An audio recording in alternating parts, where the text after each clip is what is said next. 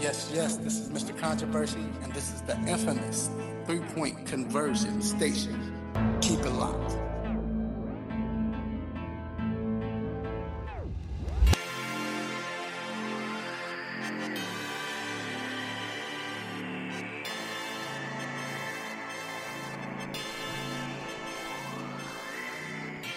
Yes, yes. It's the three-point conversion sports lounge. Another great Saturday morning. And I'm your host, Mr. Controversy. Did you miss me? We up here feeling good today. And of course, I'm not doing this by myself. First off, I got my engineer, man with the bandana. G, what up, G? Yo. And also got my partner in crime, my road dog, straight from the shop, from the crib. The intellectual, what up, D? What up, though? What's good, man? Hey, man. I'm ready to get into this hot topic already. I already know. Yeah, I already know. You know what I'm saying? But no, man, I'm good. It's going to be another hot day today in Atlanta. Guess that's why they call it Hot Atlanta. But, you know, last year we didn't really get that hot. But this year, man, as soon as August came, boy, it's been blazing.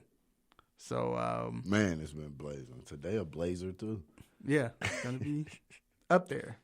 And I decided to tell the family I was grilling today. Oh, that's so cute. Yep. Are you regretting that decision?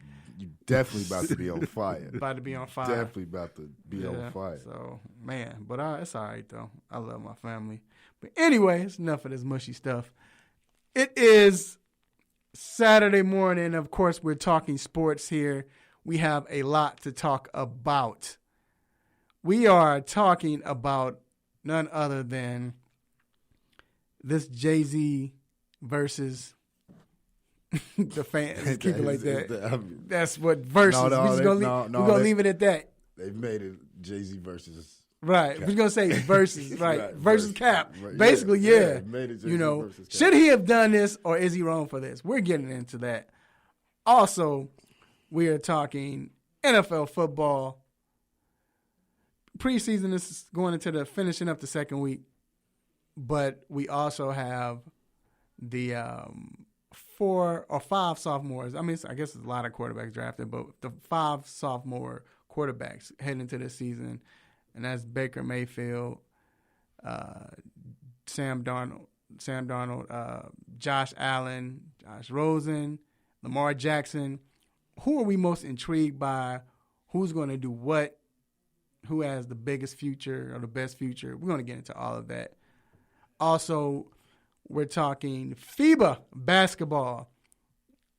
Nobody's wanted to play. Y'all, they joked and laughed at me when I said they called me up. I'm pretty sure G got a call this weekend. If not, he's probably going to get an email asking him, do he want to join the FIBA USA basketball team? Because nobody wants to play. I've been screening calls. It was something from Las Vegas, Nevada. But nah. I thought they were going to ask me about my extended warranty on my car again.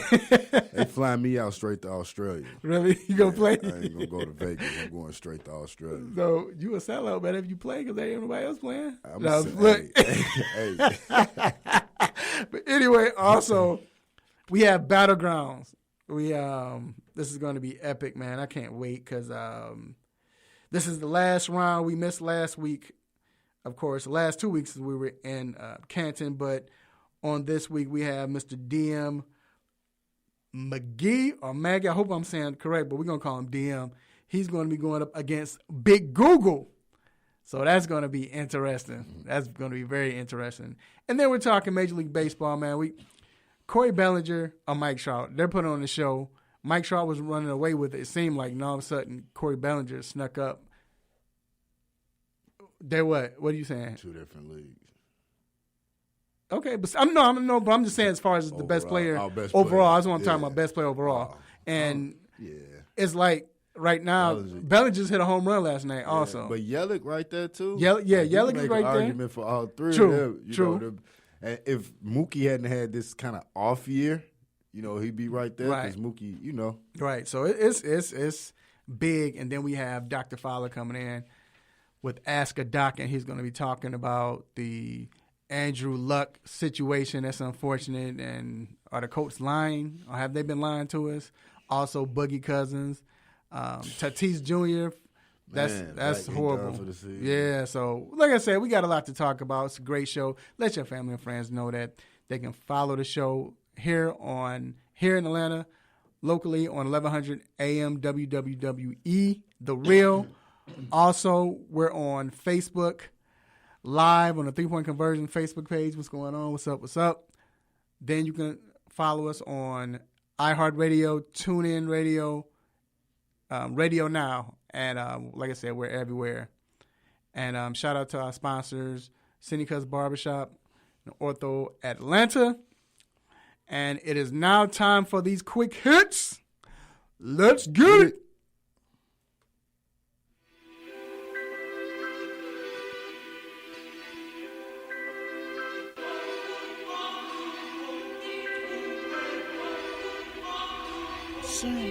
All right, so first off, we're going to start off with,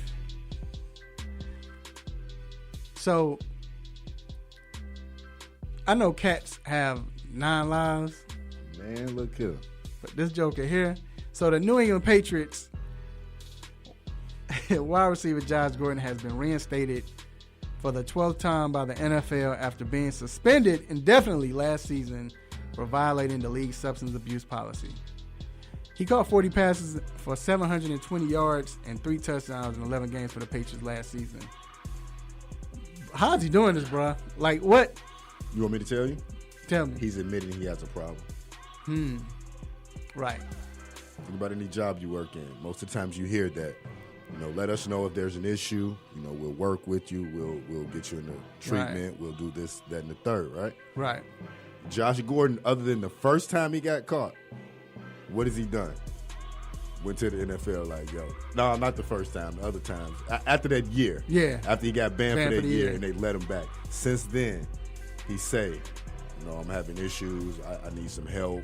Right. Let me sit back and do this. And that's great. Do you think he's doing this when he's about to be caught? Or no, because he got caught. Yeah. And then, right. You know what I'm saying? Like, look, I need help. You know what I'm saying? Like, he has a real issue. I want to know, is it just the weed? I hope so.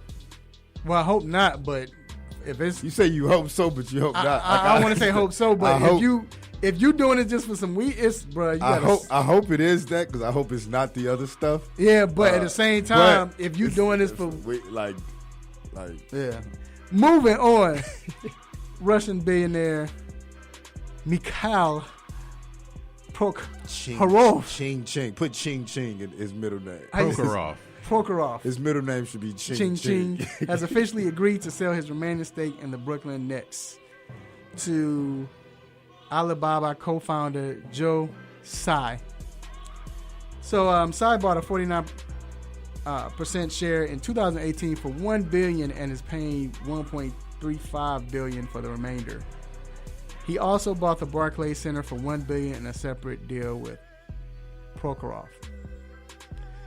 That's a lot of money. Yeah, he bought that joint for what, like $228 or something like that, $228 million, and he took on their debt that they had when he first bought it.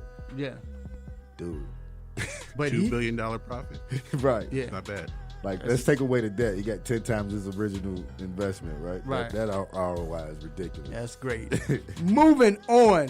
The Clippers will add Tyronn Lue as an assistant coach. They've been talking. He hadn't signed officially yet, but they're saying they're close to a deal, and that's who they want. No, he was in contract with the Lakers. Remember, he was in talks with the Lakers, but yeah. See how that went. Now he goes to the Clippers. Is this great, petty, or petty and great? I think it's great. I don't even want to say petty. I think it's a great decision. For he's familiar with Doc. Doc's familiar with him. He's a good coach. He did his thing. Right. It goes extra. This is on the Lakers, but it's Lakers dropping the ball and not getting them over there. It's not an attempt for the Clippers just to learn something about LeBron. You know what I mean? I don't think it's just that, but I think it's part of that. But for me, it's not, because Doc has been playing against LeBron James for 10, 15 years. True. And against him up in personal. But let's be real. We know with football, you get a player from that team, your division, in your division. Why? Because he's probably a good player, but also to get knowledge of what they're doing. That's sports. Why wouldn't you want to get that? All right, these are his tendencies. But it's not the same because you're not getting that knowledge of the team or this, that, third. True, but if you getting LeBron tendencies, that can help. I don't think that's like the main thing. Might be just a small part. Hey, what LeBron like? What he likes the ball right here. He likes, he doesn't. But like this. With that being said, if you don't know that by now, then you're not a good basketball mind. True, true. That is true. Moving on, former Detroit Lions standout wide receiver Calvin Johnson has partnered with Harvard University to research the benefits of medical marijuana in these areas of CTE and the management of pain. With Johnson and former NFL lineman Rob Sims co-owned the cannabis company, Primitive, and Johnson served on the board of directors of the Michigan Cannabis Industry Association. So, I think this is great. I think it's like 6 years too late. 6 years too late for Josh Gordon, but I think it is great that this is happening, especially if it can heal, man. You know what I'm saying? If it's healing your body, let's go with that. Yeah, I definitely agree. And, eventually it's going to be legalized nationwide. Yeah. Some congressman just put something forward for that. So, it's good, and especially CTE. That's huge. And I think some of that is, especially with Calvin Johnson, right? I think that went into why he retired so right. early, you know what I mean? And also Detroit losing, that didn't help. Right. I think it's also Barry, like things like that, you know what I mean? And to put research into it, that's definitely a good thing. Yeah, especially when the Lions suck. All right, moving on. After naming Jaron Williams their starting quarterback, the Miami Hurricanes are experimenting with former Ohio State quarterback Tate Martell at wide receiver. No determination has been made on if the position change is permanent. So, I don't know if you all remember. College football fans, you should know, but I don't know if you all remember when Justin Fields, Georgia quarterback, transferred to Ohio State, and a certain quarterback named Tate Martell, who was slated to start, said, he come here, he got to earn it, He not even a starter, whatever he said. He said, don't miss twice or something. Oh, like he got it was something like that. Bad with him. I was trying to be nice, but yeah, don't miss twice. And then next thing you know, he lost his position twice, and he's a wide receiver. Humiliating, is it? Yeah, well, that's ugly, man. It was pretty bad because I think after Jaron Williams was named the starter, Tate Martell was absent from the next day's practice. But then sick, yeah. Stomach hurt. Then he came back. I expected him to enter the transfer portal again. Hey, when he found out, he had that lump in his throat. And y'all know, if you swallow that lump, you're gonna cry. Man. So he held it.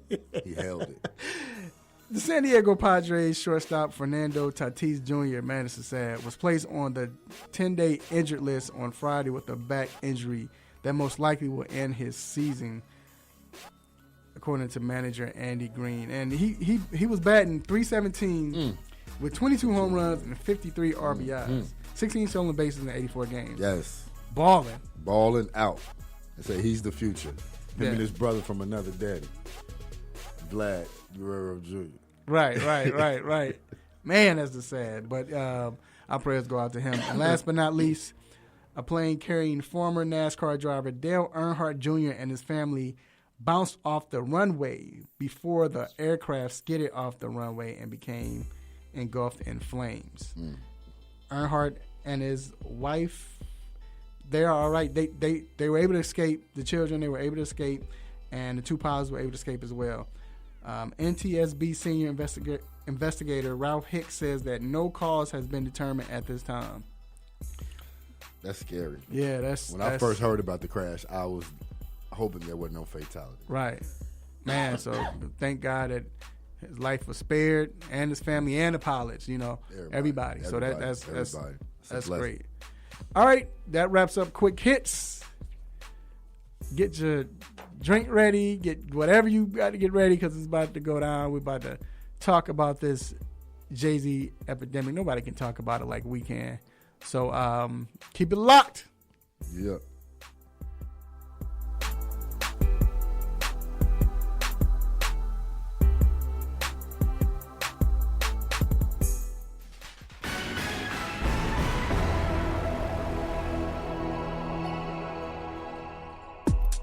Good morning. This is Greg Hurd with your sports news break. The Atlanta Braves weren't able to keep up with the LA Dodgers offense in an 8-3 loss at SunTrust Field. The Braves pitchers allowed 4 home runs in the loss. The Atlanta Falcons are looking to build on their third preseason loss to the New York Jets on Thursday night. Dan Quinn talked about Matt Ryan and the first team offense overall. Going through the whole thing, I thought early on, although there's a few drops, I thought Matt, with his first action, was able to slide and move in the pocket and make some completions.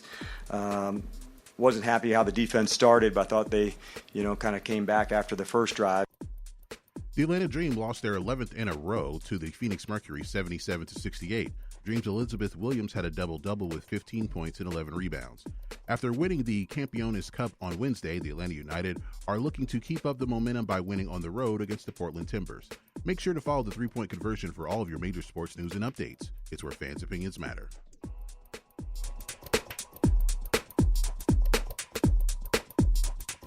Hey folks, Handsome Josh is here to reveal some big news to all the AM 1100 listeners. I have an app. That's right, you can now check out all your favorite programs right here on The Real with The Real 1100 app. Whether it's sports, entertainment, or lifestyle, The Real 1100 definitely has you covered. So why don't you just tell me how much it's going to cost me? And here's the best part. It's available in your Google Play or Apple App Store, and it's free to download. Actually, you can count me in on this one. So download the Real 1100 app today and stay in tune with The Real.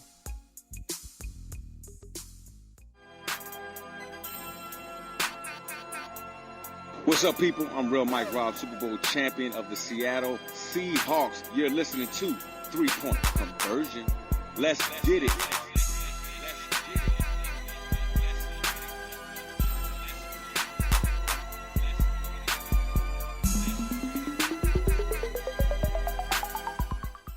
Get ready. From the oven to your ears, it's now time for the Hot Topic.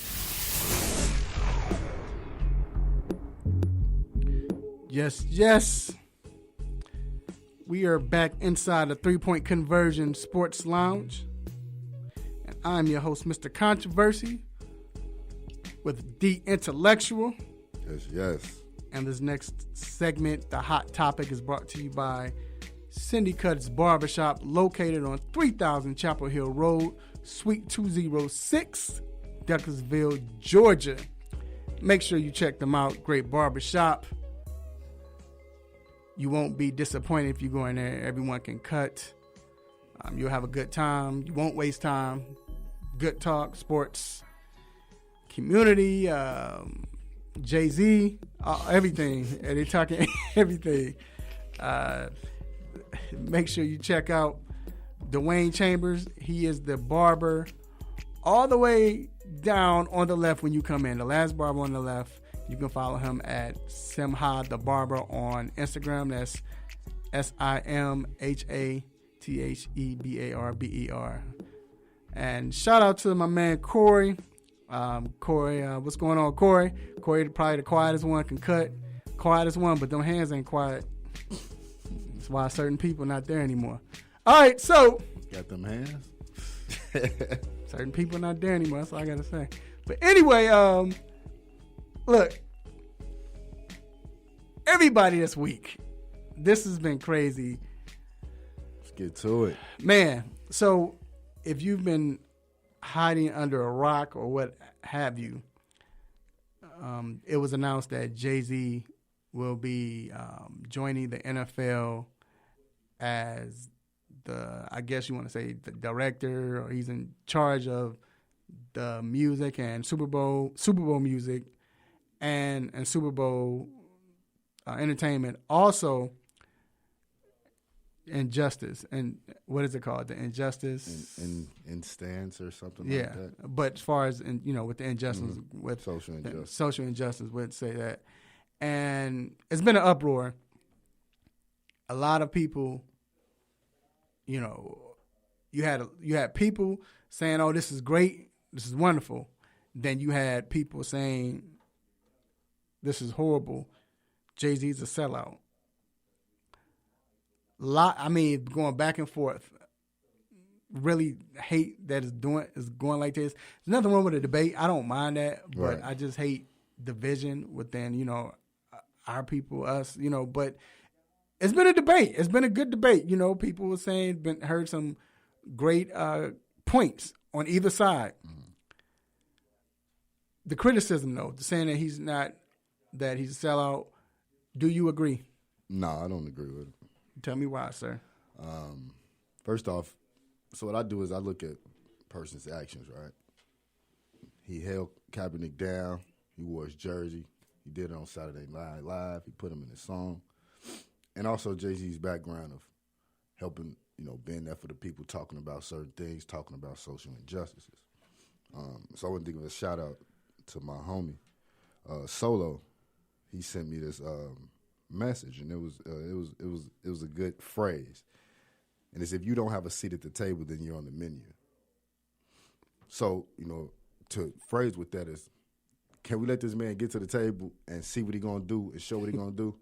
Right. And now I'm going to say this, and y'all could mark it down. If he go in and don't do what he's supposed to do, then he deserves everything that he's going to get. He's going to lose probably one of his number one fans, you know what I mean? Like, flat out, that's it. That's what it is. If he don't go there and do what he supposed to do, which based on, you know, things that he's done, his him being a philanthropist, his wife, everything that's been going on, like, that's what's supposed to be going on. And what it is he took the money. That's what everybody's going to say, right? He took the money. Eric Reed took the money. Cap took the money. Yeah. And he got the NFL lifetime deal, right?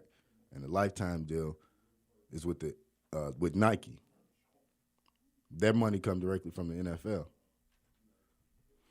So is it really? Yeah. Go ahead. No, go ahead. So is it? So another thing is, if Cap had got a job, then it would have been okay for Jay-Z to do it, right? If Cap had a job. So it's not even about the struggle no more, or the social injustices or anything like that. Now the argument is just Cap getting the job, because the NFL, this has been 3 years in the making, right? They haven't done anything, right? And they're not going to continue to do anything if no one steps up and at least get to the table to say what needs to be done. Cap could have, not to say if he want to feel how he want to feel, even if you don't want to agree with it. The player thing would have been to hit you and Jay-Z talk, and okay, they don't want to deal with me, but I can talk to you and let you know some of the things that's happening if you don't know, so that we can get the NFL to do this. Right. G, you quickly, you got anything you want to add, or? Well, I do agree that, like, we need to wait and see what this whole program is going to be. What's going to be the end product for all this? There's going to be some production with the halftime show, but is there actual work with the NFL and Jay-Z and the players, as far as like the coalition that they had with Malcolm Jenkins and Eric Reed may or may not be a part of it anymore, but what's the end goal here? Because that's the thing. I'm not sure what the goal is for this, but people are looking at it as Jay-Z and the NFL are trying to co-opt social justice without Kaepernick. But on the other hand, I don't see a path where Kaepernick is back in the league. Like regardless, doesn't matter what happens. And that's what I've been saying to people also. Like, beyond the fact he's been out the league, 3 years now? 2. This would be 3. This would be 3. So, but beyond that fact, most quarterbacks but they do come as backup. So we've seen it. So I want to use that as a big one. He sued his employers, which is the whole NFL. We're already talking about NFL that everyone is saying is racist. He sued them. So a black man sued them because they blackballed him over social justice issues that happen in the black community. Do you really think you're going to get your job back? No. And so I look at it like this. I understand people say it doesn't look right because they won't let Jay-Z back. I mean, they won't let Cap back in, but yet still you go back in. Then they're saying that it's almost like a sellout because they're paying you, which you already addressed, but they're paying him for that. Is more of the money. Now you're hearing things about owner. Maybe he might be an owner, but the fact that, you looking like a sellout, we've seen this before with other black leaders and other leaders in general. But here's the thing, though. So, first of all, I think you touched on it just a little bit. This is about injustice. People saying it's music too, but the fact that he's in the door, like you said, if you're not sitting at the table, you're How would on you the put menu. Jay-Z in anything and not have music associated? Right. So look, right, that's a benefit, of course. So here's the thing: if that's the case, when you look at how people are saying, it's up to Cap. Eric Reed said something about it. First of all, Eric Reed can't say anything because, see, I almost messed up because, bruh, you're playing in the NFL. You getting the check. You're playing. So you're mad at Jay-Z for signing, for joining the NFL, but you're playing in the NFL after the situation with Cap. Be quiet, dog. Okay, next thing, with the fans and people that are saying they're against this and he's a sellout, whatever, these are the same people. Most of these people, probably 95% of these people that are saying this, are watching the NFL. Be quiet. Because if you're watching the NFL after Cap hasn't gotten in the league, but you're mad because Jay-Z took this deal, he's in the, you don't have anything to stand up on. And then people talk about Jay-Z getting money. Like you mentioned, Cap's getting money, Eric Reed getting money. So you expect him to take this for free? And then if he wouldn't have done this and nothing came, so Jay-Z didn't go into this and he's not, say he doesn't happen, it doesn't happen, right? Is the league better without Jay-Z doing this? Right. We have a better chance without Jay-Z? Right. Nothing is happening. Some people want to say, it's to put the black face on the dude. No, if you don't want to watch football, continue. He said that. So let me ask you all this. I'm glad you said it. Do you really believe that the NFL is doing this to hide behind Jay-Z to put, he's the token? No, because for me and what Jay-Z has shown, you can't make him the token. But see, that's why I disagree. I'm going to tell you why. Because I think the fact that with having Jay-Z, it kind of say, okay, since we're doing this is their thought though. Now it looks like we're trying to help out. We look better now because now we're trying to look. I said you can try that. That's what I'm just saying. But that's the question. I'm saying, do you think the NFL is doing that? Not whether it's going to work or not, but do you think the NFL is trying to make themselves look better? Yeah. but I think a little bit, but not all the way. Because to make themselves look great, you know what they could do? We apologize to Colin Kaepernick. They're not going to do that. Well, that's not going to happen. That's not going to happen. They're trying to make themselves look better this way. Right. But for people who are like, if you're woke or whatever word you use for that, people can realize like this doesn't mean all that much. Like this is cool and all, but if what you gonna do? You're not getting new fans out of this, and it's almost pretty divisive. And he said it. If you're protesting, I'm not telling you to stop protesting. If you're not watching football, continue not to watch football. And his point was like okay, kneeling, okay, that's one thing, but now we have to. What are we going to do? There's supposed to be a new stage, or it's supposed to move on to the next thing, right? And there was someone's commented on this as well in the chat, but Jay-Z may become a part owner of a team, and is that good? But I just want people to keep this in mind. That's not bringing Kaepernick back either. Please remember that. That's not bringing him back. He's not coming back. It's like Dee just said earlier. You sued them, and then you took a settlement for $60 million. It's not really the lawsuit that's keeping coming back. It's just the word that every NFL team is afraid of.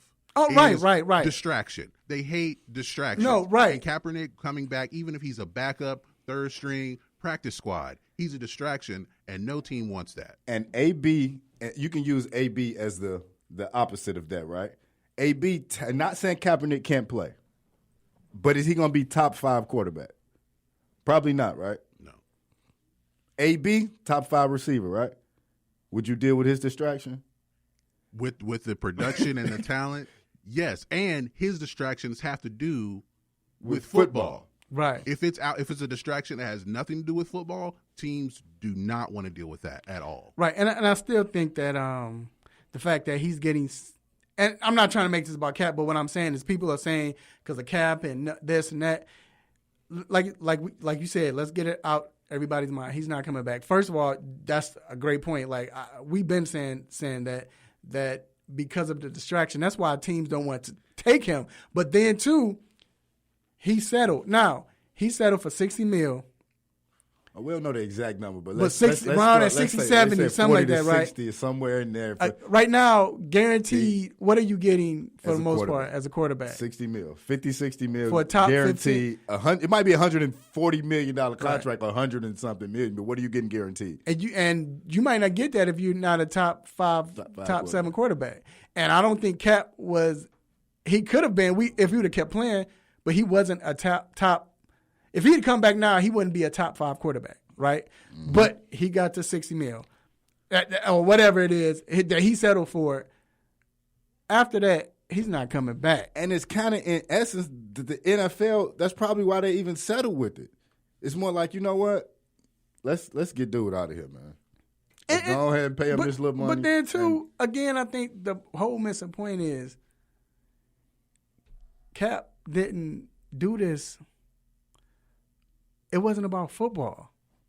And that's what everybody's forgetting. Yeah, and that's what we forgetting. That's what we forgetting through the whole, even with Jay and all this. And Cap even said himself when he was going through this process, I understand what my risks are. I understand I can risk my whole career. I'm prepared for that. That's happened. But it was about police brutality. It was about injustice. Mm-hmm. Now, if Jay comes in, like you said, we've seen what Jay's done. He's made some messed up moves also, but we've seen what he's done, how he's been about that. Look at his business ventures, right? Remember Iceberg Clothing, right? They wouldn't give him no shout out. So what he did, he started his own clothing line. Chris Style, they wouldn't give him no money for promotion or anything. So what he do? He started his own. He started his own. And all of this, would nobody let him drop his record? He started his own label. Come on, man. So that's all I'm saying. I say I'm like you, D. Let's see what happens. If it doesn't work 6 months, a year, okay. And then you see him just balling out. He's talking about all the money. He's rapping about the money he got, and he's in the NFL, but nothing's happened. Okay, right. I'm with you all, right. But can we just wait to see what the Joker do? Like that no more. Yeah, right. But can we just see what happens? That's all I'm asking. Because if it does work, then what? Right. But we so quick. But it's that social media, man. And then it's just now been 48 hours. Yeah, that's 2 hours in it. It's not even been long. But hey, I love social media because that's what we do our stuff on anyway. So this is how it is. I love to hear from Cap though, not just regarding this, just overall. Right, just what he thinks. But look, we're gonna take a quick break, man. Great discussion. We'll be right back.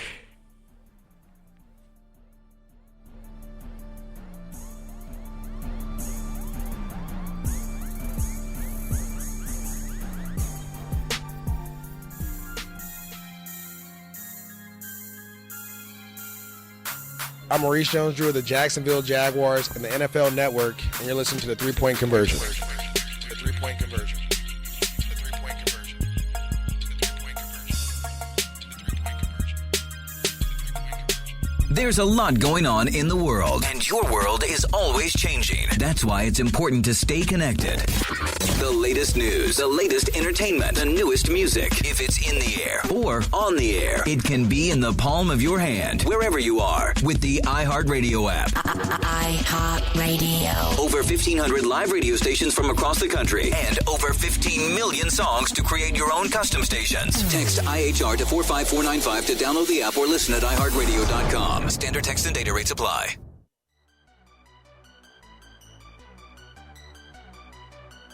This is Steve Atwater with the Denver Broncos, and you're listening to the 3-Point Conversion. The 3-Point Conversion. The 3-Point Conversion. 3-Point Conversion.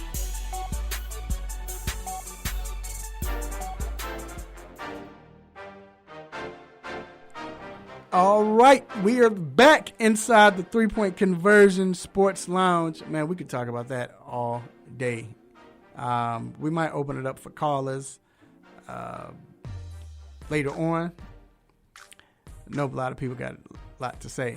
So, but right now, let's deal with this preseason in this NFL.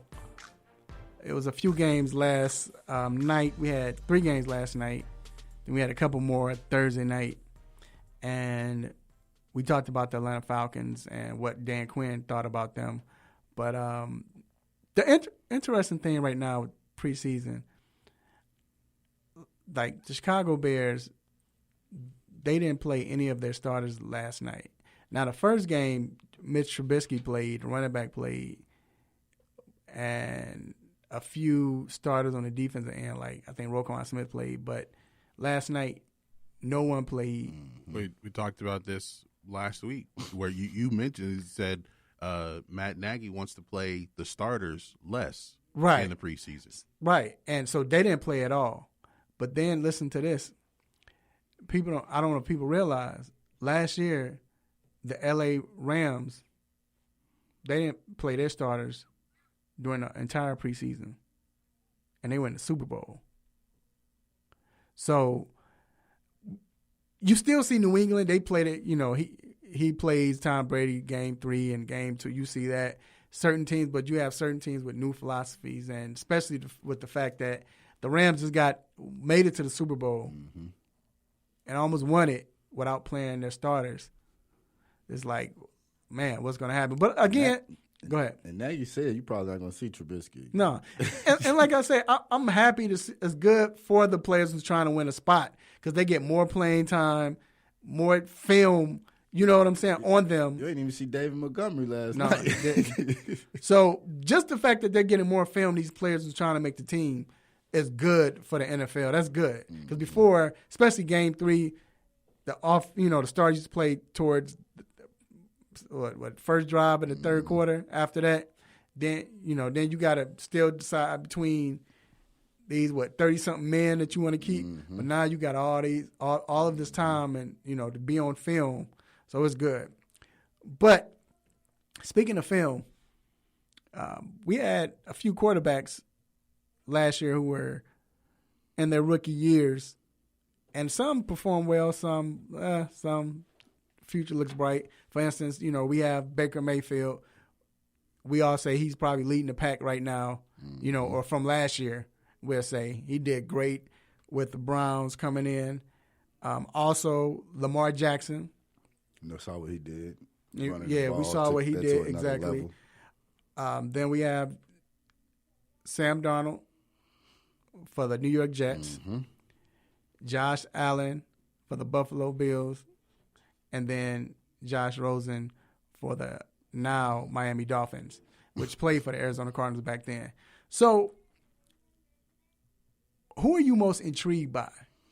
What quarterback is most intriguing to you? Their situation?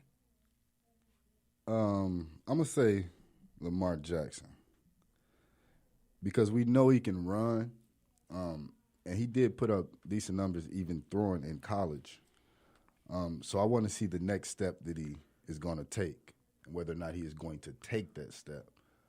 I don't expect it to happen just overnight. Like this year, he's just going to be one of the most prolific, passers ever. Right. I don't think that that's going to happen. But I do think that he's going to progress, and I think they're going to still be another good team. I think I'm going to let G come in a minute. I think I'm most intrigued by Josh Rosen. I mean, this team, Arizona Cardinals, they picked you for their first pick. Was he the number one pick? First quarterback out? No. No, it was Lamar. No, it was Baker. It was Baker, then and Lamar. and then Darnold. Okay. And then I think Josh Allen went before him too. Okay. But you get picked, and they're like, everybody's raving about you, and they're excited about you. And even with him getting picked, it wasn't like 20-something. This was like they were high up. This is a high, I think it was a top 10 pick. Number 10. Yeah, number 10 pick. And everybody's talking after the end of the season, everybody's like, oh, this is a great quarterback. We like his future. And then Kyler Murray happens. You get dealt to Miami. So his mental, is it strong enough to bounce back? But now you with a team that needs a quarterback. Mm-hmm. You don't have to worry about no one over your shoulder. Who they got down there? Fitzmagic? Yeah. Yeah. So now he's probably gonna play one game, suck the other, play another game. See, this is what happens. It's 6 to 8 games. Fitzpatrick will get you 2 great games. He'll throw for 400 yards and 12 touchdowns. Then you get the bad one. And then the third one, if he's playing a good defense, like when he played the Bears last year, it was awful. And the fact that it'd be real awful. But he'll keep you in them 6 to 8 games. He'll keep you kind of interested, kind of like maybe we shouldn't pull him. Maybe we should. And then games to where like, let's pay him $30 million. Yep. And then by about game 10, you like, got to get him on, or he get hurt. So, all right, but that's why, I think that he has a chance to win this. This team, the coach wants him. He's with a new coach, so he don't have to worry about another coach coming in because this is first year coach. But that's who I'm intrigued about. Gee, who are you?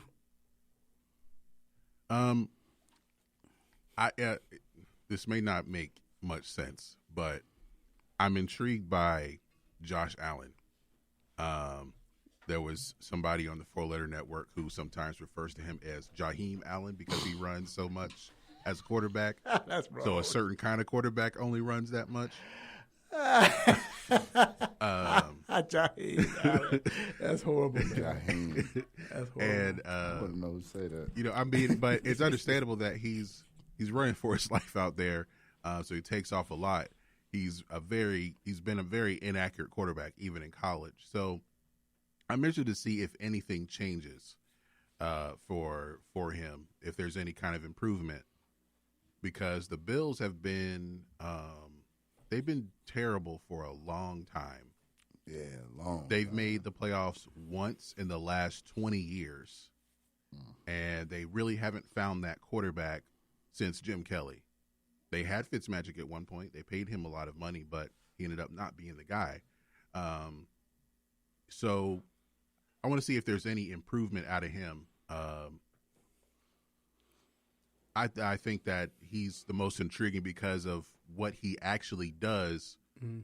We don't see that out of a guy that looks like him. Who has the most to prove? Baker. Baker has the most to prove. I think it's Rosen. Because me too. I think it's Rosen. The other guys Donald. have started. The other guys that are starters. He is in a quarterback battle right now.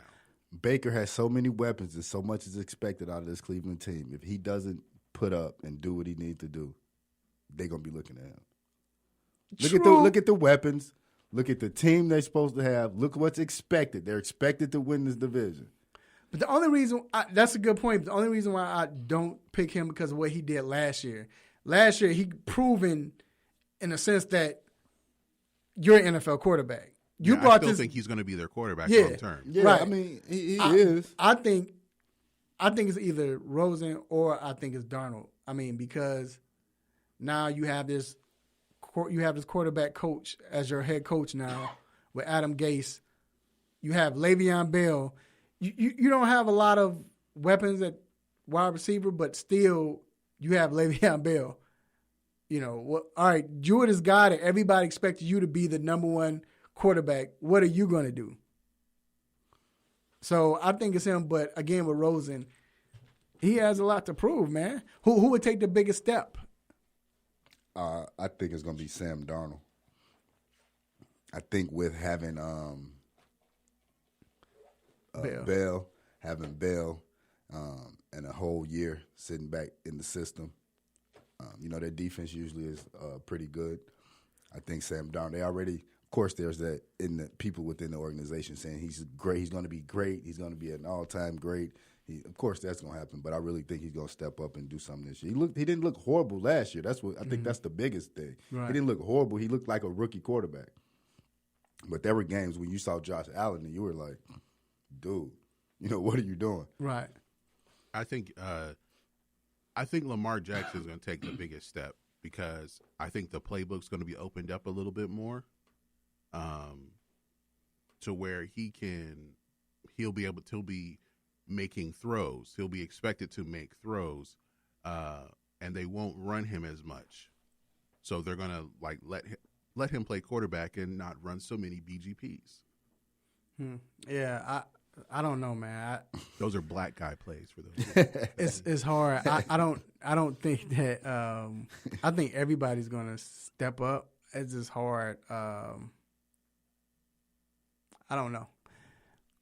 I think it might be Lamar. I think Lamar has a lot to prove. I don't know if he has the most, but he has a lot to prove. I think his is most critical because what they think of him, what we've thought of him. As far as Josh Rosen is like, look, you lost your job. What are you going to do with Lamar? Is more of, okay, we know you can play and what you've done, but you're not a throwing quarterback. That's not your. Right. And I think dealing with that and now this new offense, I think it might be him, man. I think it's him. Before we go, best quarterback so far of them. What, and not even just. And I ain't gonna say so far. Who do you think career will end up the best? Based off of right now, I'm going. Just period. Just what you think. Yeah, I mean, I only played 1 year, but skill set, all of that. Like, I'm gonna say Sam Darnold. Kind of like that kid. Yeah, I like Sam Darnold too. Right now, I would say Baker, just because the chip on his shoulder that he plays with, it's going to stay there no matter how successful he is. And that's the key, man. I agree. Definitely. If Lamar had that, I like Lamar's confidence, but they had Baker's chip, swag, and all that. Baker, I like that too. I like that in him. I like that too. But we'll see. It's going to be a great season. Hopefully, all quarterbacks can do well. I don't think there's none in the Bears division, so I'm rooting for everyone. So, all right, let's see what happens. You say that on the Bears, yeah, so you can root for them. All right, we're about to take a break. Don't go nowhere.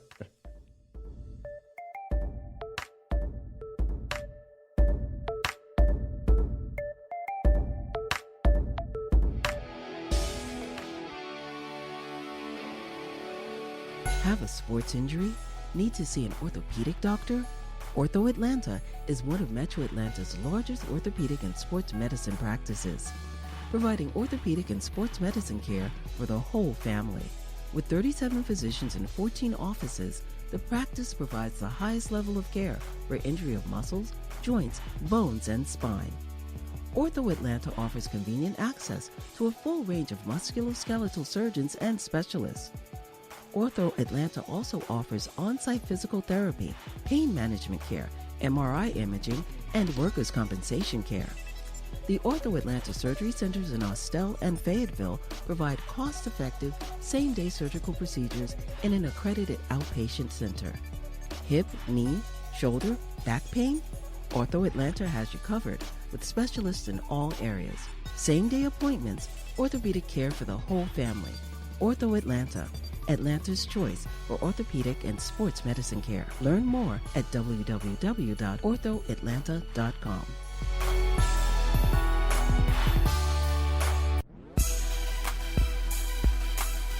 What's going on, guys? This is John Collins from the Atlanta Hawks. You're listening to the 3-Point Conversion Radio.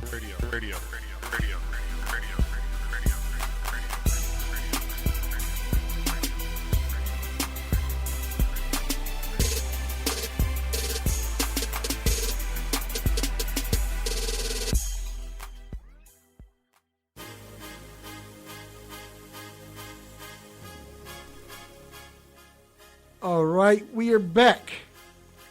Shout out to John Collins with his new haircut. Look like he could be playing in the 80s. I didn't even recognize him. Like, who is this guy right here? Yeah, but he's on the USA FIBA team, or USA team for FIBA. What's going on here, man? Well, first of all, they won last night. Who did they play, G? Was that Australia? Spain. Spain made a late run, but USA kept it together and end up winning. But why do we continue to see players reject the USA team? Now, remember, at first you had LeBron. I get it.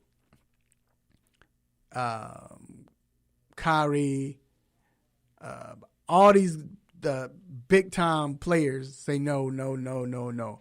I understand it. I get it, especially with people who are just joining other teams, and all of that. I understand that. AD, all of them. So you get a certain amount of people to play in your team. Trae Young gets poked in the eye, so he's like, I'm out.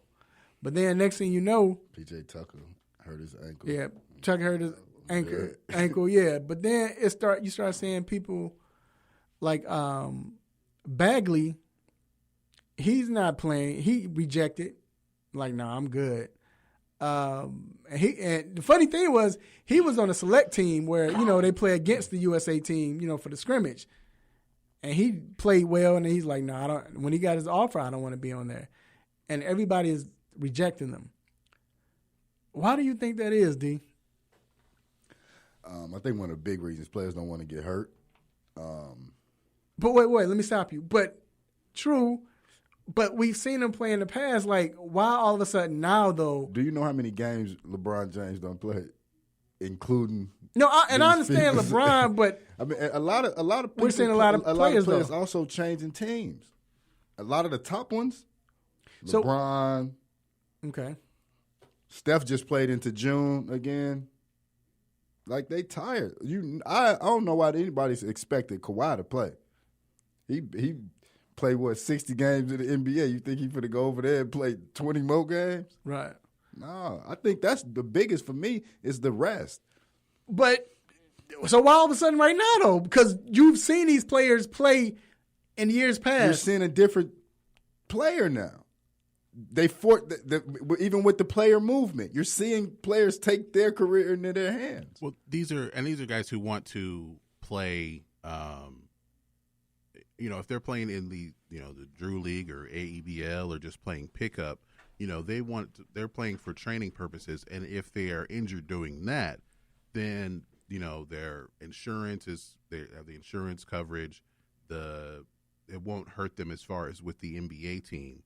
I'm not sure exactly what the coverage is with playing for Team USA, but I think the major thing is why they don't want to play is this tournament doesn't matter as much. What the FIBA has been trying to do is make this World Cup like the FIFA World Cup, right? To where it matters more. It's a bigger tournament than the Olympics, but in basketball, it's the Olympics. Right. So the players don't want to I don't want to play for this World Cup that no one's going to remember. Right. It's not even no one's going to remember this in a year. Yeah. It's going to matter if we win the gold medal in 2020. So that's what players. I think that's going to be the focus for some players if they want to come back and play. And I don't think FIBA's going to LeBron wants to play. Well, we don't want LeBron. Anthony They're Davis not going to say that. Anthony Davis wants to play. Yeah, we don't. So those guys would rather play in the Olympics and go to Tokyo than play in this tournament that doesn't matter. So with what's going on, do you think that now that the committee for the USA, who is it? What's his name? I can't. Colangelo. Do you think Colangelo should? Or what should he come up with to, I guess, either spark players to play, or should it just be, let's go back to the college players, get them to play? Or let's go for the second and third tier players. It gives them more experience to play under coaches like Popovich and whoever else going to come in later on. And it looks like Popovich is enjoying it as well. Yeah. But how do you think we fix this now? to make, because right now it looks bad because no one wants to play. I'm not too sure that it really looks bad. It also can be a passing of the torch. But right, so how does he paint it though? Because right now it does look bad because everyone said no. I think they have to widen the pool of players. Like before, it was just okay. Let's just get as many star players as possible, right? And not really consider players who aren't all stars, but they could be vital to a team's success. Like the 2008 team had Tayshaun Prince. Right. Tayshaun Prince never made an all-star team. Right. But with his skill set, that's something, and a versatile skill set works very well in international basketball. And they play, wanting to play fast and up-tempo, playing small ball, taking advantage of the countries who have bigger players. They have the size, but USA has the speed. So they have to broaden the pool of what kind of players they want to get and what players fit what kind of team they want to have. Mm. So that's not going to include just getting all the all-star players you can get. Right. And in the chat room, we got on a 3-point conversion Facebook page, we got Derek Branch. He said that there's no need to be going hard in those type of games, which I agree. So, especially with the World Champions, like you're saying, like this tournament. So then, if that's the case, do we bring the college players back? Would that be cool to? Because it gave them. I mean, think about. Okay, let me say this: most of the players that were the best players in college, but most of them that did go, they did have successful careers in the NBA. The other countries will still have their professional players. Like, we'll have a team of college players, but Spain may still have Marc Gasol and Pau Gasol and Serge Ibaka if they want to play. But question, I'm gonna let you go. Does this have anything to do with the Olympics? It has nothing to do with the Olympics, right? Or qualifying, right? It's a qualifier, but there are other qualifiers. We will qualify. So if that's the case, that's what I'm saying. But so the thing with that is, we're also about to get rid of the 18 and over, the 1 year removed from high school rule. So you're gonna go straight from high school. So who are the college players you're gonna have? Like a lot, even the ones that go, you got players that's playing maybe a year or two. Those that don't go straight to the NBA. So who gonna be the players? And then you might get a team out there and go over there and get demolished, because that's what happened. Yeah, but that's what and not just that. You were saying some of the. I know you're right with the Tayshaun Prince, but if you go get some of the other. Remember when they got destroyed and got the bronze, yeah, where there was Allen Iverson, yeah, and, all of them. They had Iverson, LeBron, Shaq, Wilt Chamberlain. They had Wade, LeBron, and Melo Larry coming Bird. off their first year, coming off their rookie and years. they was on the bench because he didn't even play them Larry much. Brown didn't play them. Kevin Garnett played. Okafor. Yeah. They had Richard Jefferson. They had no type of chemistry. Like none. It was ridiculous. They had Steph Curry. They had all these great players.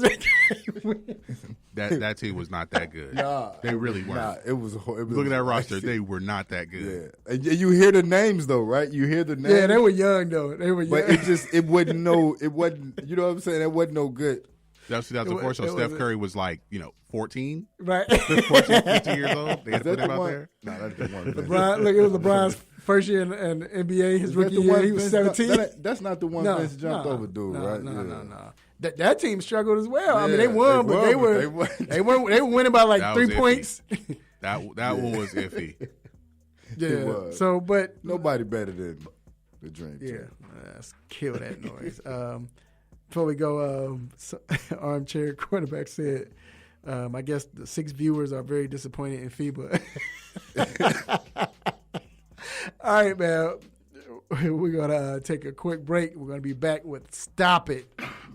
Keep it locked.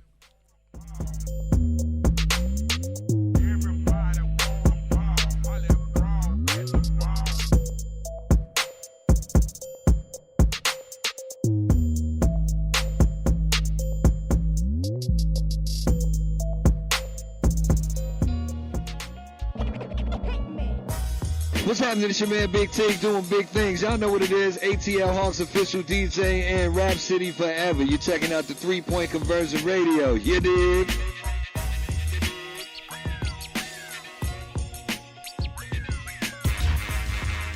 You are tuned into WWE Peakville, AM 1100. The opinions expressed during the sponsored programs on this station are strictly those of the program hosts, guests, and callers and are not necessarily those of Beasley Broadcast Group, this station, its staff, other advertisers, or agencies. Big ups to our Sports Lounge crew for keeping the airways blazing each and every Saturday. But I want to send another special shout out to our team of writers at the 3-Point Conversion. You can visit us at the3pointconversion.com. You can also like us on Facebook, follow us on Twitter. How about the Gram? How about iHeart? How about Spreaker Radio? How about wherever you need it, baby? We got you covered.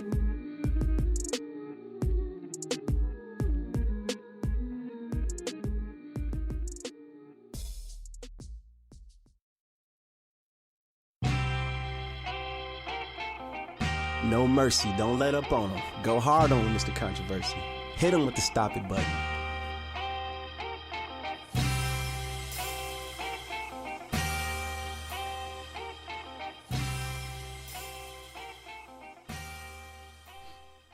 All right, we are back inside the 3-Point Conversion Sports Lounge.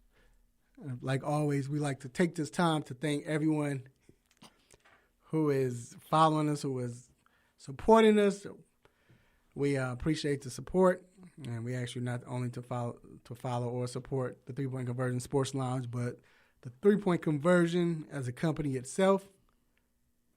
Also, I want to thank everyone who is listening and watching live on Facebook Live. We appreciate you. Much respect. And it is time for the most infamous, the most famous Stop It segment. Let's go. Stop, stop, stop, stop, stop, stop, stop. Stop it! Stop it, stop it. Yes, S-T-O-P, new word, I-T. Stop it! Stop it. Get some help.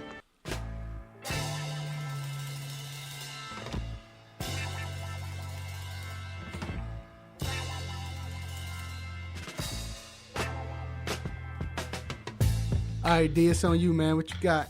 So today, on this great, about to be hot Saturday in the A, I got a special Stop It for Mr. Dak Prescott. Reason I want to give Dak Prescott a Stop It today is because he's seeking $40 million a year. Stop it. And he's not even a top 10 quarterback. Stop it. $40 million a year, dog. Stop it. This is what I said. He deserved it. He deserved it. Stop it. Oh, I thought you was But- going to say he deserved $40 million. No, a year. he deserved to stop it. But I see his point. Yeah, you negotiating. You negotiating, But dude, he honestly, in my opinion, he should take the top 5 quarterback money if that's what they offered him. Because the word was that they offered all of them top 5 money. Dak should take top 5 quarterback money. He's not top 5. He's top. Nah, 15. you take the highest, man. He can't reset the net. He can't reset the the level for the quarterback. If they tell him no, I mean, you don't hold out because you ain't signed because you ain't getting $40 million. I'm not saying that, but you go for 40 and hopefully you can negotiate. And if it don't work, I take the 30. You know, he should make more than Carson Wentz, though. Right? I can agree with that. Right, I agree. Ezekiel need to be number 1, paid running back. Yeah, I agree. All right, my Stop It, simple but powerful, I guess. The Houston Rockets GM Daryl Morey says that it's just factual. This is his words. It's just factual that James Harden is a better scorer than Michael Jordan. Stop it. Can I get one more? 2 more. Can I get 2 more? Stop Yeah, thanks. Like, one more. Stop it. Yeah, because... Dude, be quiet. He must have been drinking, sitting in his office. Bruh. Off some Remy. Why? Because he could do step-back threes? That's it. Travel threes. He said he gonna come with a new move this shit. Yeah. Maybe Morey saw the new move and was like, yo, Oh, this dude right here? Here the truth. This nigga right here? Yeah, whatever, dog. You tripping, man. What you got, G? All right, mine goes to the Arizona Cardinals. Whoever it was in the organization asking Kyler Murray to use a clap for the snap count. Like he's in the shotgun and he claps his hands to get the snap. Mm-hmm. That works in high school. Right. That does not work in the NFL. Why are we clapping? Wait, go ahead and get a stop it. I'm gonna tell you what's funny. Stop. You watch it. He tried to do the James Harden step back clap. Like he faked like he gonna clap and then clap. And he gets called for a false start. And he was getting people to jump too, but you can't do that. Yeah, because you. And then before the game, you see the coach talking to the referee like, "No, this is how you do it." And like Kenny and coach like, "Nah, bro," like shaking his head like, "This is the NFL, bro." Stop it. Stop it. I have one more quick one. Billy Napier, the coach of the Louisiana Ragin' Cajuns, asking his football players to donate to the alumni fund, like making it a requirement. Oh my God! What? He needs to be fired. Nah. Yeah. He needs to be fired. Give him 3 or 4. Stop it. Yeah. All right, we're gonna stop it. We're gonna take a quick break, and we will be back with Battlegrounds. Keep it locked.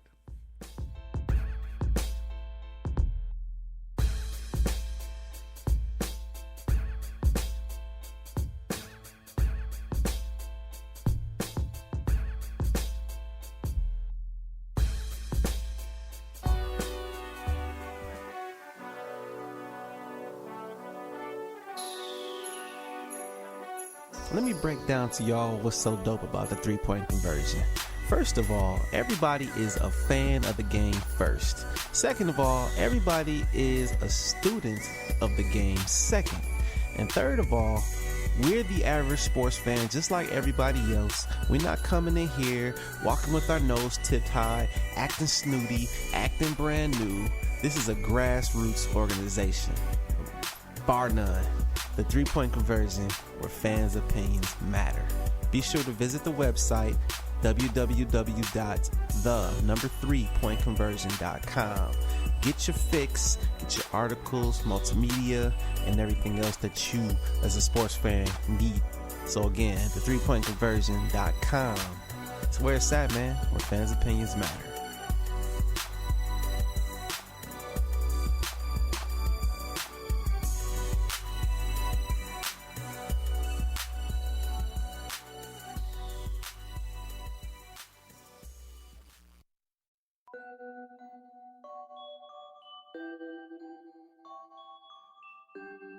Happy Saturday, sports fans. It's your boy Sherm, a.k.a. the Lord of the Beats, and you are currently inside the Three-Point Conversion Sports Lounge with my man's Mr. Controversy, D Intellectual, and of course my dog G behind the boards. Cheers to the freaking weekend.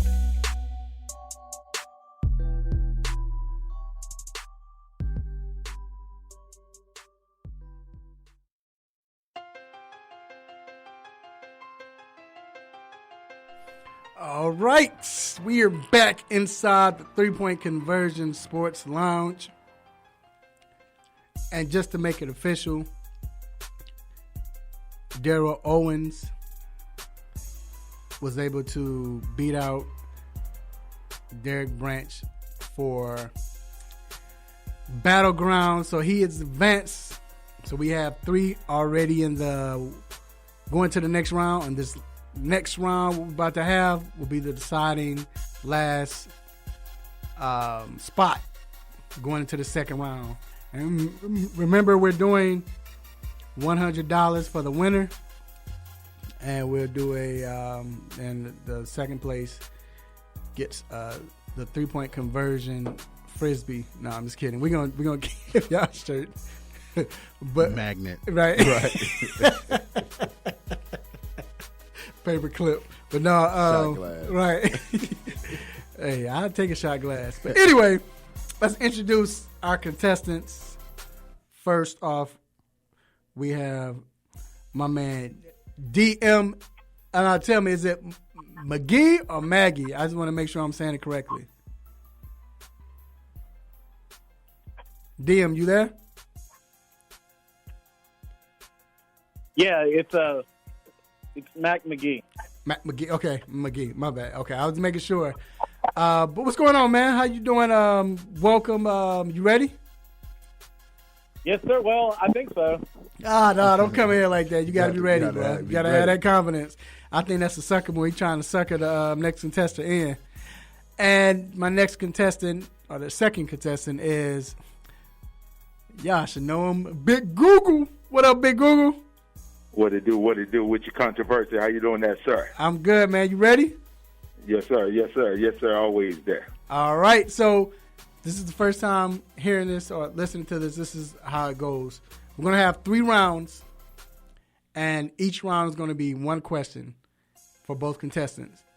And the contestants have 30 seconds to come up with the answer. So the first contestant has 30 seconds to come up with the answer after I ask the question, meaning that they can, going through their head, hopefully no computers and looking up anything, but going through their head or thinking about what they're going to say or who they're going to pick.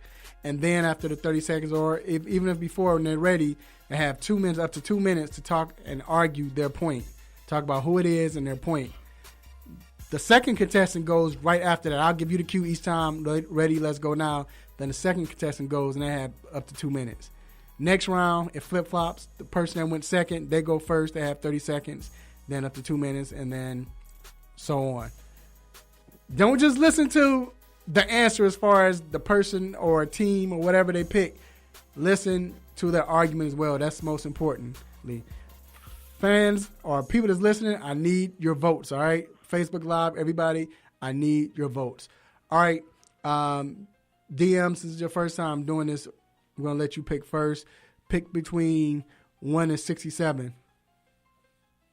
We'll go with 49. All right, Big Google. You said 1 and 67? Yeah. Let's go with 33. All right, Big Google, you have the choice. It was 21. Big Google, what do you decide? Are you going to go first or are you going to let him go first? Let him go first. Okay. All right. So, here's the first question. And I'm going to ask the question twice, all right?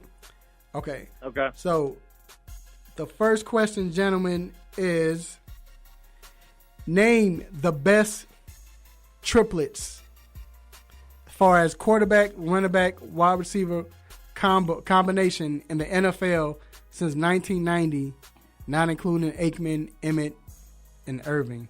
I'm going to ask that question one more time.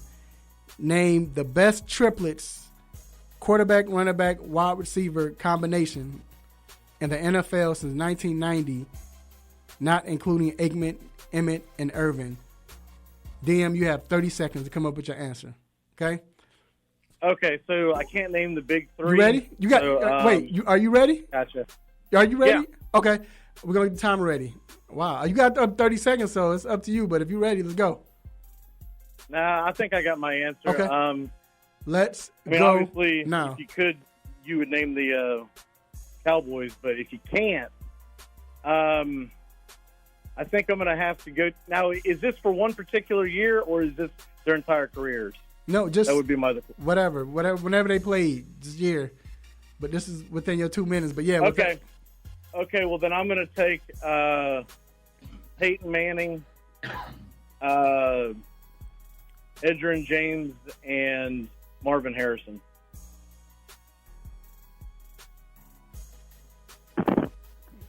All right. You go ahead and say what. Yeah, go ahead.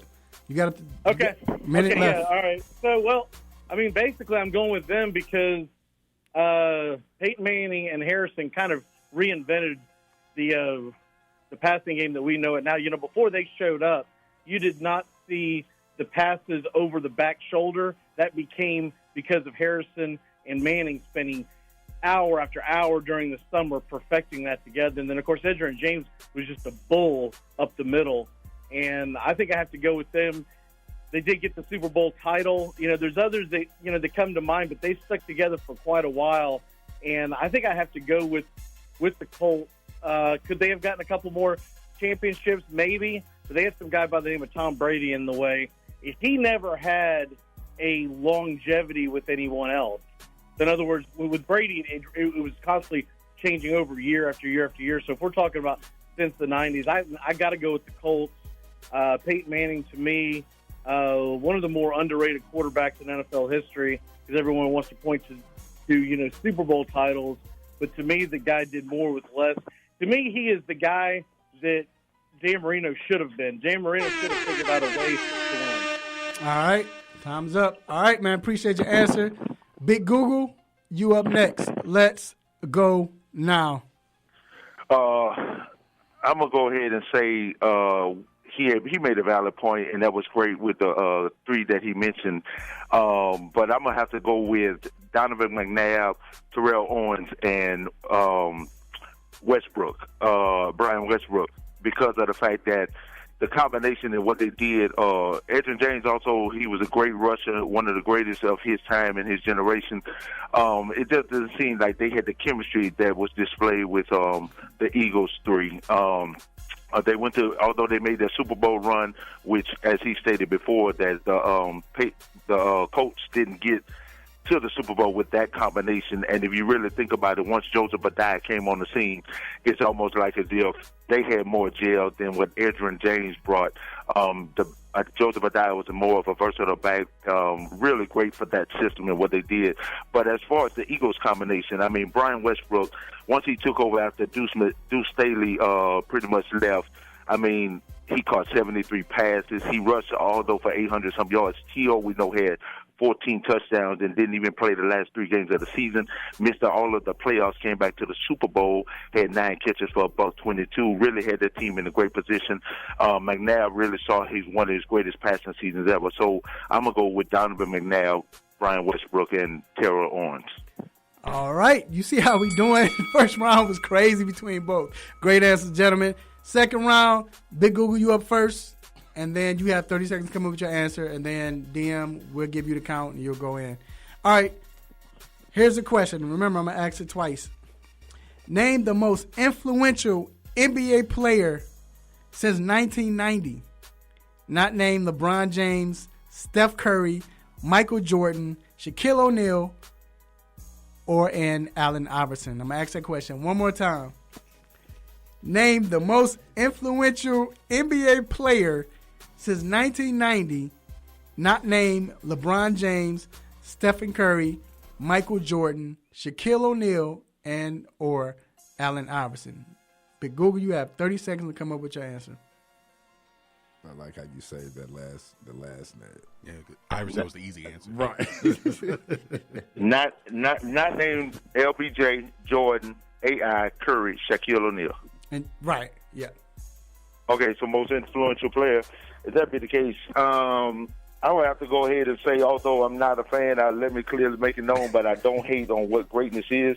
I'm going to have to say Kobe Bryant as it relates to the overall impact that he made on the game, what he brought, still always in everybody's argument of being one of the top 3 to 5 players that ever played the game, regardless of whatever controversies that came, regardless of being, snubbed of multiple MVP awards. Overall, when you look at what he brought to the game, the thing about it, the jersey sales nationally, if you look at the generation of him coming into 96 as the draft, all the way playing up until way beyond 2012, 15, all of that stuff, just the 20 years of his impact nationally and globally, I would have to say the most influential player as it relates to, outside of those 5 names that you mentioned, as it relates to his game, as it relates to the impact of his game and everything that he did for the game of basketball, I would have to go with Kobe Bryant. All right. DM, it's on you. Let's go now. Well, this is easy. It's Magic Johnson. He didn't stop playing until the early 90s, and when he came back from HIV and played in that All-Star game, I think everybody knows where they were the day that the news was announced that Magic had gotten the HIV, and then also when he played in that All-Star game, that's probably the last All-Star game worth watching. I don't think it's even close. And then when you consider the fact of what he's done in business, and he's always been in the news, the most influential player has got to be Magic Johnson. And I know the bulk of his career was in the 80s, but since 1990, I still say it's Magic Johnson mainly because of the HIV thing. If people aren't old enough to remember that kind of put the world on its ear. Because before Magic contracted the virus, you always thought it couldn't happen to someone who lived a certain lifestyle. Magic got it, and it put the world on notice, and it kind of changed everything. And I think it got them more serious about finding a cure and prevention. So, Magic Johnson. All right. It's round 3. This might be the deciding round. It's a good matchup here. All right. Yes, and DM, you're first. And remember, you have 30 seconds to come up with an answer. Then Big Google, you up next. Name the best 1-2 punch teammates in college basketball since 1990. That's it. Max it again. Name the best 1-2 punch teammates in college basketball since 1990. DM, it's on you. That's easy. Everyone hates them, but you didn't want to face them. That's Christian Laettner and, of course, Grant Hill, his right-hand man. Won back-to-back championships. They beat the unbeatable UNLV running Rebels. And, and you can't even pick someone recently because they only stay for a year. So I think a lot of things that those Blue Devils did in the early 90s will never be eclipsed. I know some people would like to point to Michigan's Fab Five, but they never won a championship. Kind of like the Eagles, they never won a championship, and I've got to go with the team that actually won a championship. All right, Big Google, it's on you. Let's go now. Now, although he did make his great point, I kind of seen slips. Kind of like the Eagles not winning. Neither did that Edwin James squad neither. So, them folks didn't do nothing like that. So, but also at the same time, technically, if you look at the dude, his who he said, we never saw one sports thing of how great Grant Hill and Christian Laettner was together. We just never saw that.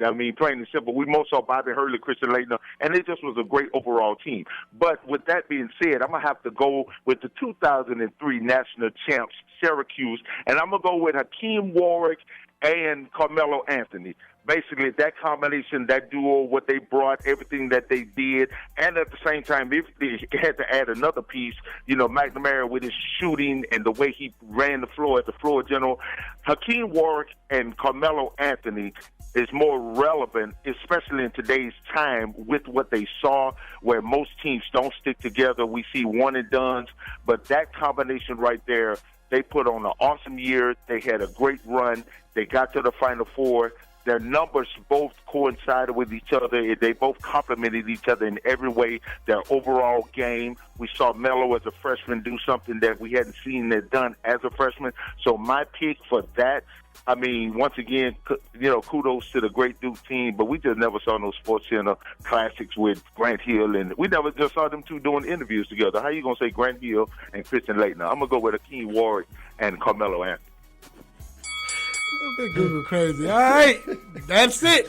Great battle, gentlemen. This is a tough one.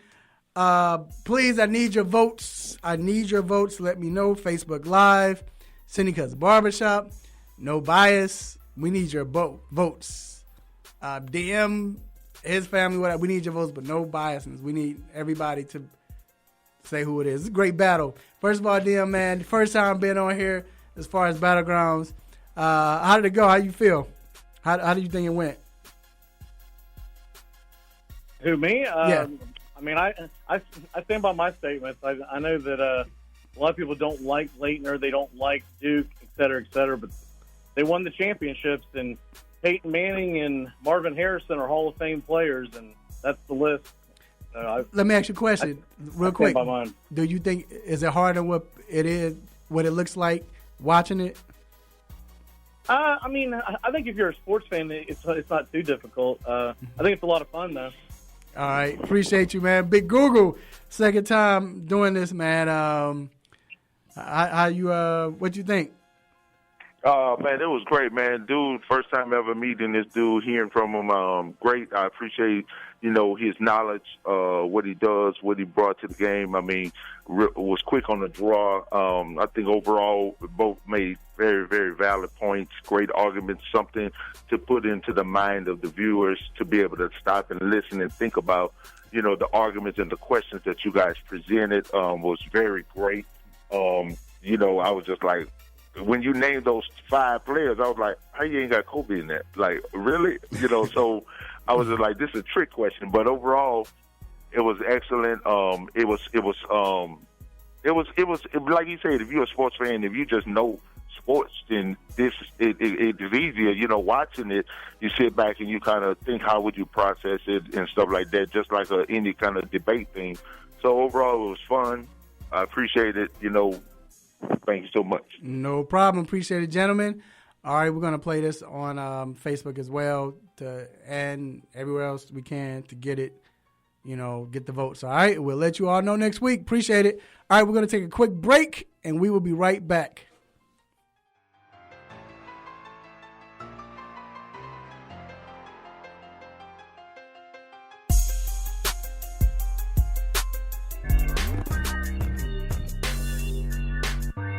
Yo, this is Champ Bailey, 2019 Pro Football Hall of Famer.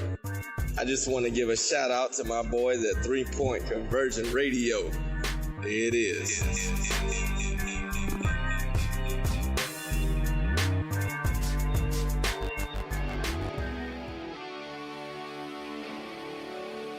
Have a sports injury?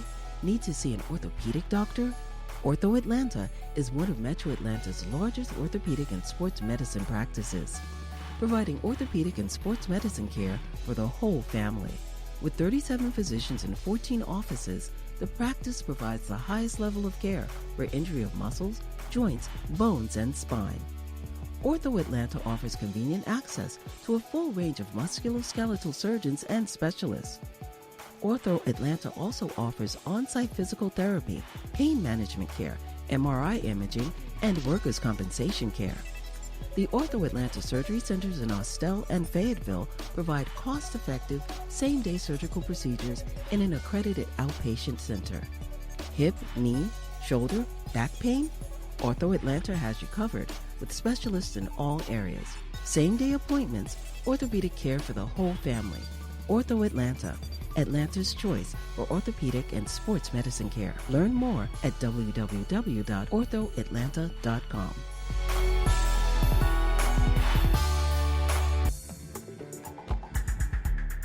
Yeah, this is CJ Edwards with the Chicago Cubs, known as Carl Edwards Jr. I am now on the 3 Point Conversion. Holla at your boy.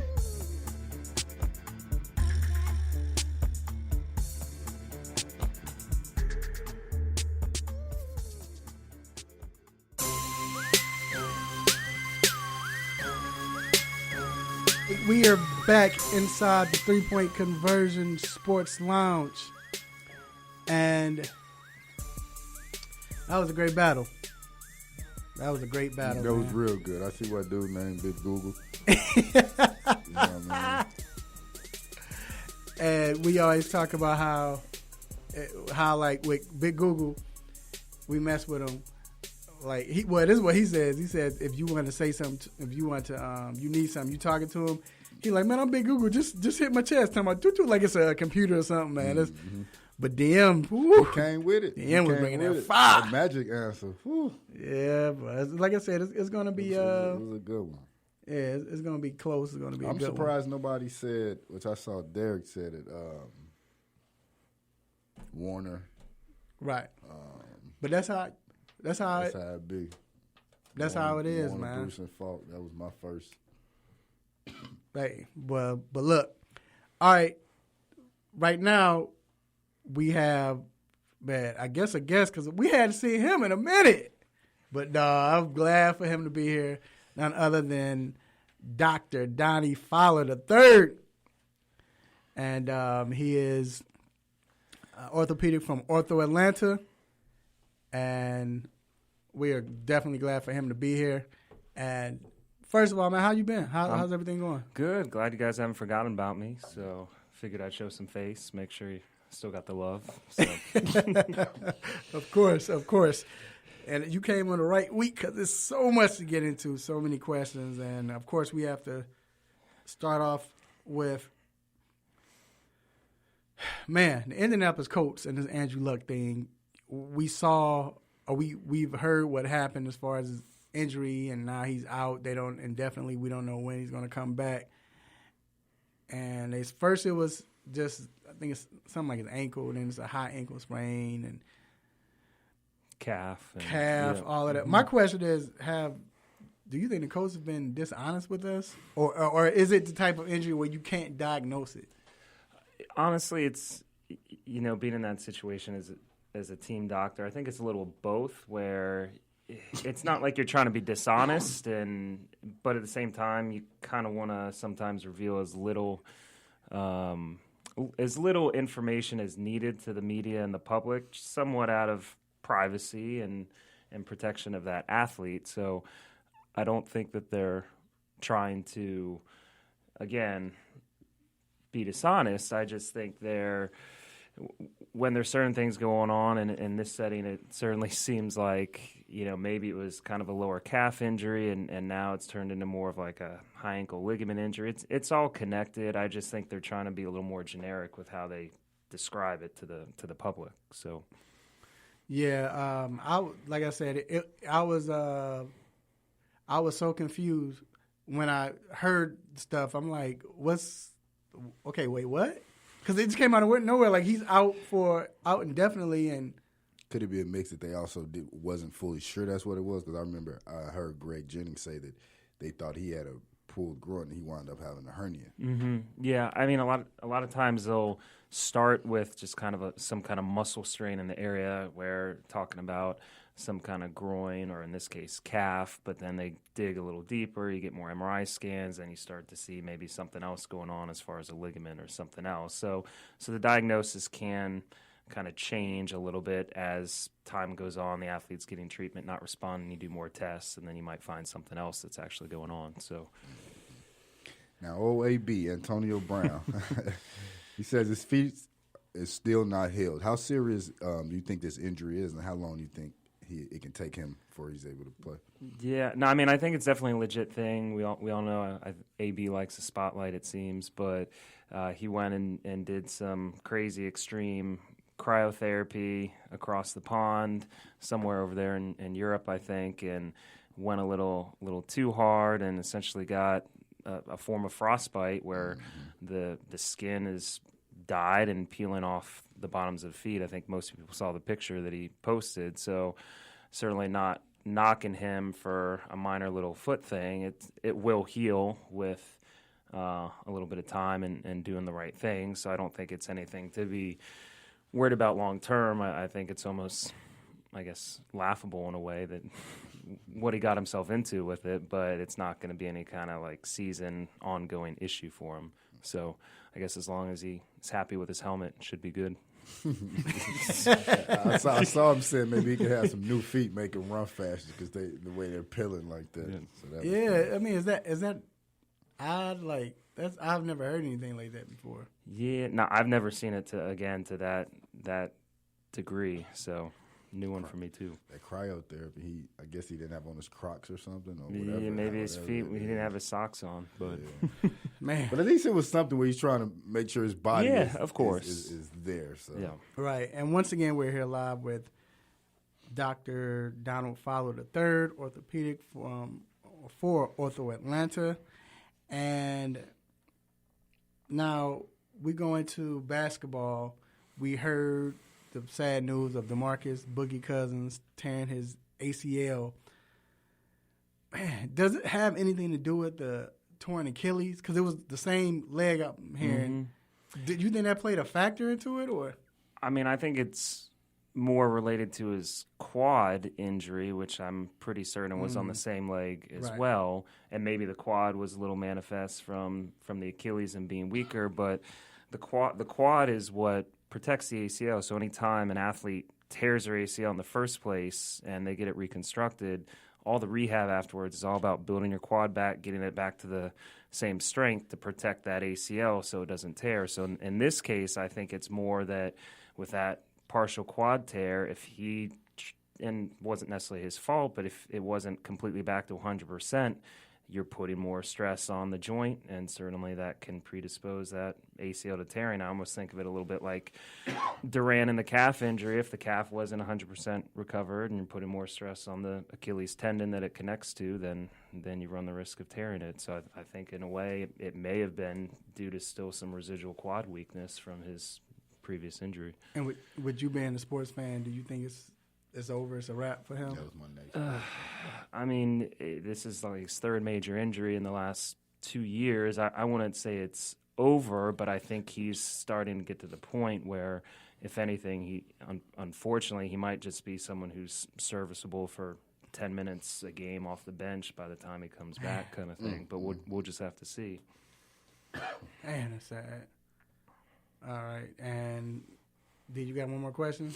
Yeah, with San Diego Padres Rookie of the Year candidate Fernando Tatis Jr., he's on the 10-day IL for his back. IL. For his back, and he says he's likely done for the season.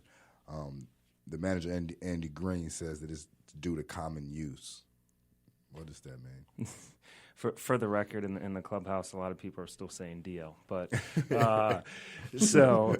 now I think obviously it's been fun to watch him. All these offspring, it seems like, with Guerrero and Bichette and Tati, famous baseball fathers. But he's had a great season. Again, they're not pointing to anything specific. They're calling it more spasms and overuse, and so I don't think it's anything to be worried about long term. But at the same time, they want to protect their investment. Obviously, they're not really looking at a playoff run, so I wouldn't be surprised if they end up kind of just shutting him down rather than risking a more serious injury at this point, kind of later in the season.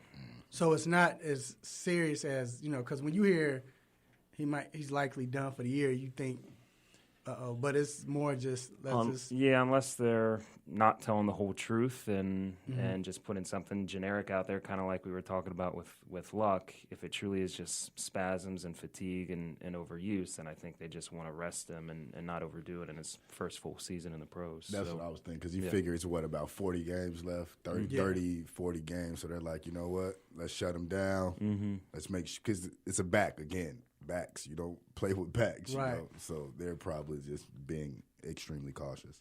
Right. Well, all right, Doc. We thank you and we appreciate you for coming on. Hopefully, I don't know what you're doing later on. Hopefully, you can stay for this Major League Baseball. I know you're a baseball fan. You work with the Mets, so yes, sir. We just ask you not to be biased. I'm just kidding. Won't be biased. Just kidding. I'm actually a Nats fan. You know that too. So right. Yeah. Mets tearing it up though. Yeah. Right. So we're going to take a quick break, and we'll be right back.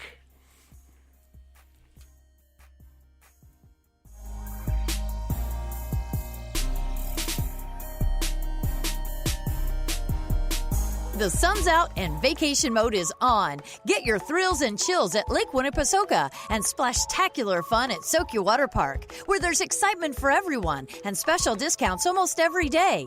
Let the whole family cool off in the refreshing fun of Soak Your Water Park. Splash down on the Winnie 500 racing slides and float along the Crazy River. Receive an adrenaline rush on the Ozone 14-story freefall or the world-famous Cannonball roller coaster. Kiddie rides bring endless giggles, and family attractions create fun for every age. Don't forget your sweet tooth. You'll need it to complement your powdered sugar smile from our legendary funnel cakes. So what are you waiting for? Put down your phones and video games, gather your family and friends, and upgrade your summer fun to Lake Winnie. Memories are timeless, and the excitement is endless. Make this summer one they will always remember at Lake Winnipesaukee, the South's favorite family amusement park. Visit lakewinnie.com for more information.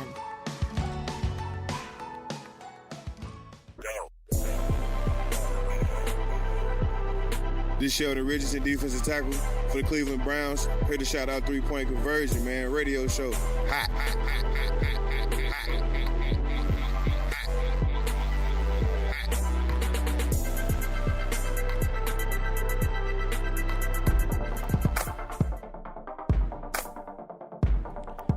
All right, we are back inside the 3-Point Conversion Sports Lounge. And we are talking Major League Baseball. Getting closer, what you say, D, about 30-something games left. Yeah. And, man, people are dropping. People are going on runs. So if we look at it right now, the Yankees in the AL East right now, they have a 10.5 game lead over the Tampa Bay Rays, and they are 82-42, 40 games over 500. And the Rays are still in contention for the wild card spot, trying to get a wild card spot. They're 71-52. Now, in the AL Central, Minnesota is up a game and a half over the Indians. Gentlemen, is this the most interesting race, you think? I think that Central going to stay the most interesting race. I think both Centrals. But, yeah, this one right here is very – because this is for the number one. The other one's for the number one. We'll get into that later. But this one right here is Minnesota had that big cushion. Now it's like, can you hold on? It's getting hard to breathe. Good thing is with Cleveland, they are ahead. So whichever team doesn't make it, doesn't win the division, they're going to go to the they're going to probably be the top team. Well, we talked about that wild card. Right, but you still want to win that division. AL West, the Houston Astros are 7.5 games over the Oakland A's, and they're in the wild card race as well. So the wild card race right now, if it ended today, which I hate when people say that, but at least we're closer to the end. I hate when people saying they were like 5 games within the season. Right now in the NFL, if they be quiet. If it ended today, yeah, we've got 15 games right? Left, yeah, it's a 2-game difference in between. But Tampa Bay Rays, Cleveland, they're 73-50. The Rays are 71-52. And then Oakland is 70-52. So it's very tight. Very close. So it's going to be interesting. It's going to be great. For the NL East, the hometown Atlanta Braves are 4.5 games up over the Nats. Wow. You said that's your team. It is, yeah. Is it possible? It's only 4.5, but is it possible that the Nats can catch the Braves? I think I think we would have seen this a lot earlier had we had a little bit more stable. Well, I should say the Nationals had a little more stable bullpen. What they're dealing with now, and I'm surprised that they've kind of put a little bit of run together. They've only had Scherzer pitch 1 game in the last 6 weeks, so I think it all depends on getting Scherzer back healthy. If you get Scherzer back healthy, I think they can push for it. I still wouldn't be surprised if the Braves end up winning, but the Nats take kind of the top wild card spot. Yeah, this is interesting. And in the NL Central, the Cardinals have taken a 1-game lead over those Buster Cubs. I'm sorry, y'all. My fanhood's getting away. And the Cardinals are 6-4 in their last 10. The Cubs are 3-7 in their last 10. Milwaukee, they're 2 games out, a game behind the Cubs, and they're 6-4 in their last 10. So again, you have this big race. They probably going to play each other. I got to check twice. Maybe. The Cubs got 7 games with St. Louis. Yeah, see, so they got to play 2 series. So, but it depends on where it's at. Do you think that Madden's job is on the line? No. I think that this is bad construction by Theo. But his job been on the line since the beginning of the season. I don't think it's on the line. I think that he's going to be, because if they lose this division, is this on Madden? But let me tell you something. This is coming from the organization, the people covering it. Madden's job, but not because he's losing or per se. They just, I guess, outgrowing Madden and his antics and things he do. He's been on the line since game 1. When they played Atlanta Braves, that's all they were talking about is this is possibly Madden's last year. That's what they say, but Madden isn't saying that, or the Cubs. Well, where you gonna go at? Why would you like it? Don't even make. They saying it's just not working between that was back then, and they've been talking about that, but hopefully that's not the case. We don't know yet, but it's a good question. Now in the NL West, then you have the LA Dodgers. They're 82-42. and they have a 19.5 game lead. You know what's the crazy part? Believe it or not, they have a 19.5 game lead over the 49ers, over the San Francisco Giants, and the Giants in the wild card are still kind of in this race. Yeah, 2.5 back. 2.5 back. They still have a chance. This is ridiculous, but we'll see. Any of these teams I mentioned that's in the first place besides Minnesota and St. Louis, do you think get overturned? Do you think get overtaken?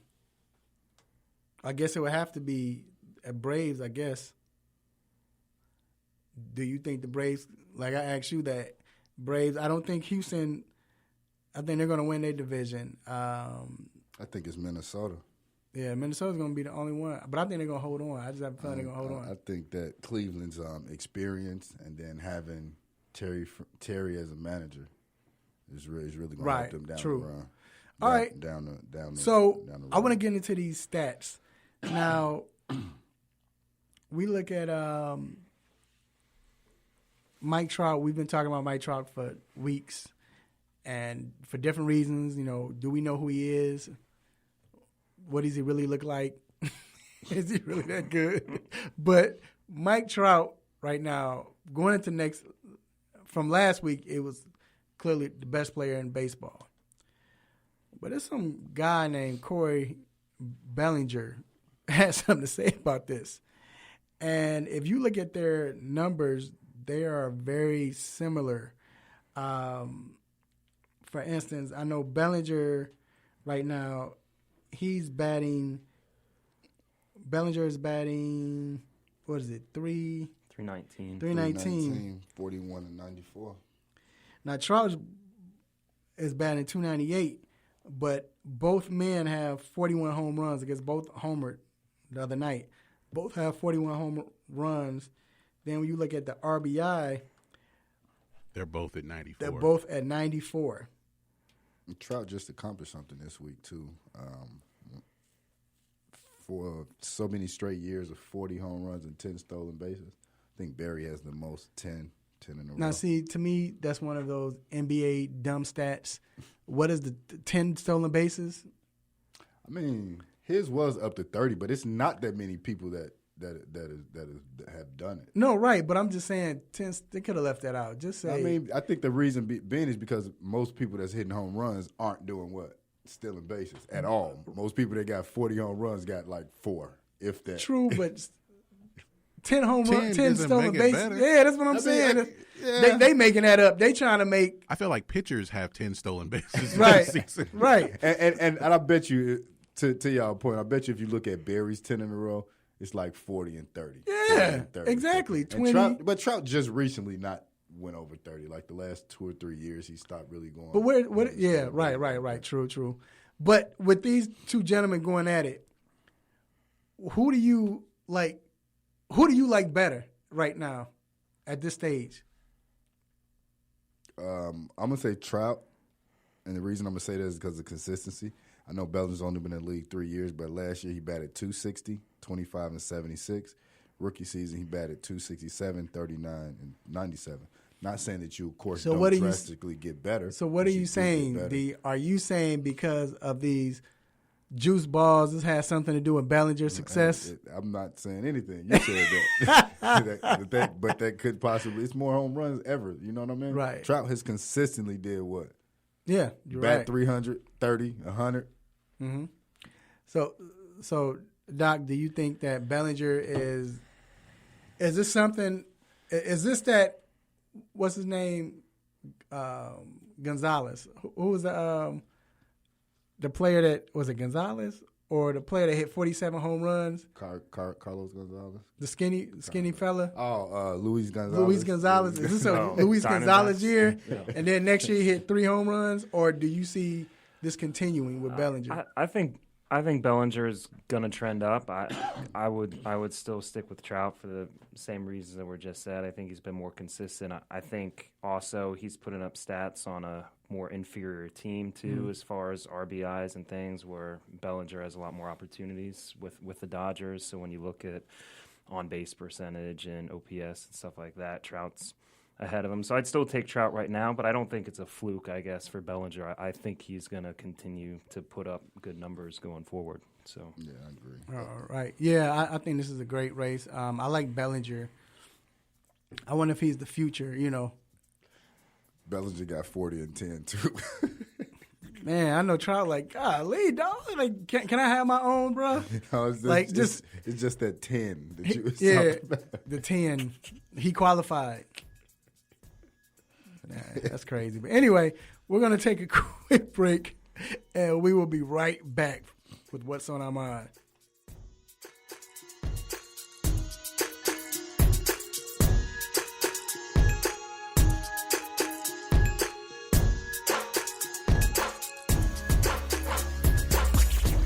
What's good, family? I'm Marlon Sucker Free Jones, a Sucker Free Life LLC, and I'm locked in every Saturday to the best sports show on the planet, the 3-Point Conversion, where no team or no player is off limits. So let's talk sports, the best of the best, the worst of the worst, and everything in between. Can you dig that?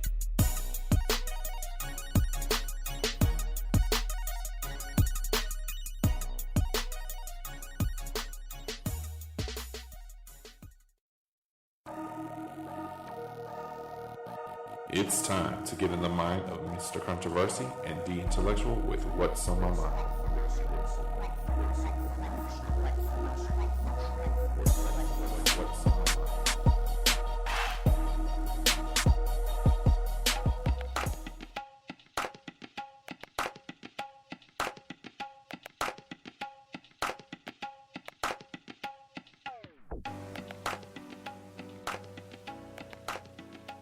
All right, we are back inside the 3-Point Conversion Sports Lounge. And this next segment, What's on My Mind, is one of my favorites because we get to go in and say what's on our minds, uninterrupted. Just give us a little time to talk. And I'm going to just jump right into it. What's on my mind is, we just talked about Boogie Cousins, and it's unfortunate. Like he stated, Boogie is probably going to play up 10 minutes. I don't know how much he signed for it this year, but he got a little ducats, and it wasn't big. But he's about to miss on some money. And it reminds me of the year that he said, you know what, I'm going to bet on myself to show everyone that I'm still Boogie Cousins and I can play, when he signed that deal where he made like $2 million, something like that, with Golden State. I get it, but why? You know, Isaiah Thomas, just NFL and just in its entirety. I mean, that's why they're holding out now. That's why Melvin Gordon holding out. Get that money. It's not guaranteed. You know, it's funny because in life we always say, what do we say? It's not, tomorrow's not guaranteed. Live life to the fullest today. Today, tomorrow's not guaranteed. Well, in the NBA, NBA or sports is like that as well. Get that money. I understand you're trying to do well for the team. You want to be loyal. Isaiah Thomas wanted to be loyal. Scratch that. Get the money, because you don't know what's going to happen. We've seen it happen too many times to these players that deserve the money. This guy was in Sacramento, and he went to New Orleans, get hurt, and since then he hadn't had that contract, and he's worth that contract, as far as his skill set, and now he's going to miss out on it. Isaiah Thomas, man, you just want to pray for him. And even with any other sport, I'm not mad at the people holding out. I say get your money. Stop worrying about loyalty right now. Sometimes it's good to be selfish. It's good to be. In these first few years, it might be good to be selfish. Get all of that money. Once you get that money, then you can go ahead and say, you know what? Hey, I'll take some money back to get this player after your 8th or 9th year. But these first few years, get all the money you can, man. Because, again, tomorrow in the NBA might not be promised, or NFL, or what have you. And that's what's on my mind. Yeah, get to the bag. So earlier this week, I was flipping through channels, and this some highlights of Tracy McGrady came up. And when I looked at that, I saw that, and I went into YouTube and just went back to some of the memories of Tracy McGrady. So what's on my mind is how I don't think Tracy McGrady get the respect he deserves. He is in the Hall of Fame, so I definitely give him that. But I think, like, when we're talking about the greats and the ones that did it, and even if we talk about players straight from high school, you don't hear Tracy McGrady's name like that. Don't forget, it's the same Tracy McGrady that scored, 13 points in 35 seconds or something? Not even 13 points in 35 seconds against San Antonio to score a comeback. That's after he was in Orlando and was arguably, during that point in time, the best player in the NBA. Grant Hill was supposed to come over but he injured the entire time. He played, I think, 7 or 10 games or whatever he played with Orlando. So Tracy McGrady was out there taking a 500 team as far as they could in the playoffs. Mind you, he didn't have no one else on this team. I think Darryl Armstrong was like his best, his running mate. Now, mind you, at this time, Tracy McGrady dunking on everybody. His inside-out game is ridiculous. The highlights I saw was a game when they played the Milwaukee Bucks in the playoffs, and it's the one where Ray Allen dunked on him so bad, and he was kind of hanging. But Tracy McGrady himself completely demolished Big Dog Glenn Robinson. Like, he blocking his shot, he D'ing him up, he talking to him. He scoring in his face, telling him which way he gonna go. He giving him inside-outside game and going off. I just believe during that time in Orlando, he was probably the best player in the league at that particular time. And even when he went to Houston, he went there and balled out, got with Yao, but they could never stay healthy together. But yeah, that's what's on my mind, man. Put some respect on that man name. Yeah, I agree. I've been saying that. I think he's very underrated. Like, very underrated. Man, like, during that period, like, you could, and that's what, when Kobe was winning, but he was arguably better than Kobe during that period of time. Right. Like, when we talking about the top shooting guards of all time, I guess, what was it, shooting guard? Yeah, I guess. Yeah, he was a shooting guard because Gray Hill would have been the 3. Man, you need to start putting some respect on his name. Right. All right. You hear this music, you already know what it means. It's time to let you all go. But before we let you go, we have a couple of shout-outs. You might be a part of it. First of all, I want to thank the Almighty God for giving me this platform, for letting me live to see another day, but then giving me this platform to do what I do, say what I say, make you all happy, mad, want to give me the stop it button. I appreciate it, God. This is great. This ride is great, and it's going to get better. Thank you, Raphael. Also, I want to thank our sponsors, Ortho Atlanta and Cindy Cuts Barbershop. We appreciate you all continually supporting us, sponsoring us. Also, I want to thank our guest and Dr. Fowler, who's not a guest, his family, but still coming on. And then Big Google and DM for coming on, participating in Battlegrounds. I want to thank my engineer, G, and I want to thank my man, D Intellectual. Yeah, I want to thank all friends and families that listen. Again, without you, there is no us. We appreciate y'all following us on Facebook, Instagram, wherever we are. iHeart, listening on Facebook, wherever you guys listen. We definitely appreciate it. Appreciate for always tuning in. And definitely a special shout out to Hazers, Mississippi, Pendleton. We got it going. All right, I want to thank my family, friends, beautiful wife, children, lovely children, uncles, aunties, cousins, nieces, nephews, brothers and sisters, grandparents, and friends, play cousins and all. Make sure you live life. Let family know that you love them while they're still alive. Even if they don't, you mad at them, got an attitude, whatever, still let them know that you love them.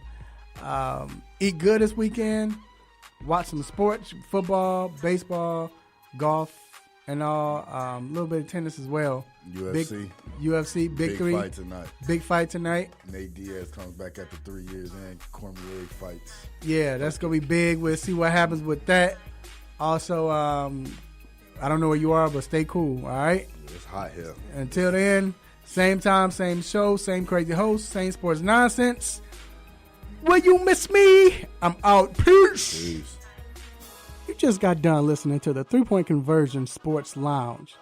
Be sure to follow us on our Instagram, Twitter, and Facebook accounts at the 3 Point Conversion. And also make sure you check out our website, the3pointconversion.com. Be sure to follow us live and listen every Saturday morning at 10 a.m. Eastern.